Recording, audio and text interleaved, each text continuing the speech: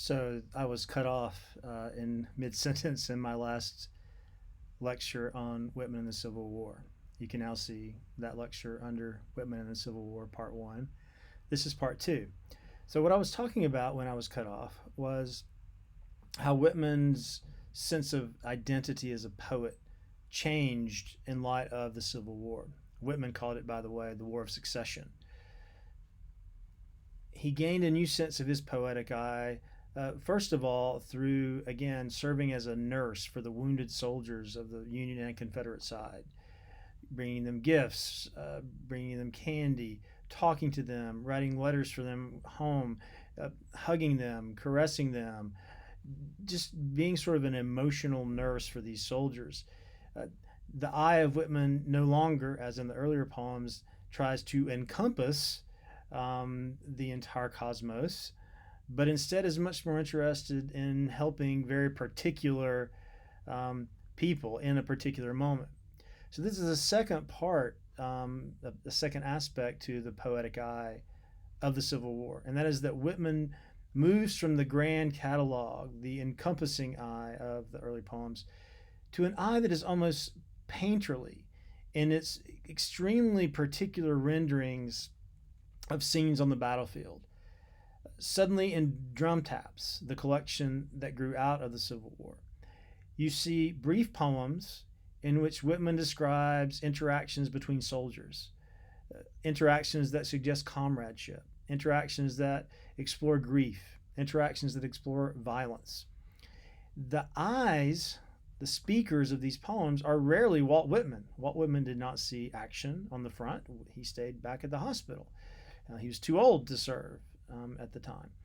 So suddenly you have an eye that is not necessarily autobiographical, an eye that is engaged in particular acts of care and curiosity in particular scenes. Again, a sort of painterly poem emerges. It's almost as if Whitman would take one item in a catalog from, say, Song of Myself, and take it out and develop it into a poem that depicts a scene, again, that often explores feelings of comradeship or curiosity. So, for Whitman, the Civil War was positive politically.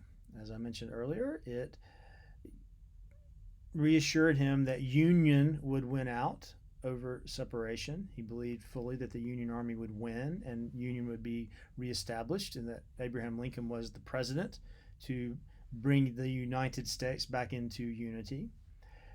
Also, as I've said, the Civil War helped Whitman come to a fresh understanding of himself as a poet. He was able to move out of that doubt, out of that what we would call depression of the seaside poems, into a more exuberant idea of himself as a poet.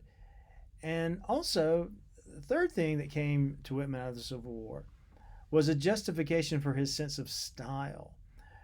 In Specimen Days, which are based on his diaries of his time in the Civil War, really fabulous book, fabulous reading, prose.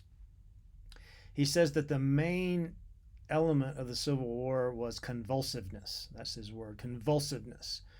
And the only way that you can write about the Civil War, he said, is through convulsiveness, meaning kind of bursts of language that could capture the violent bursts of the battlefield.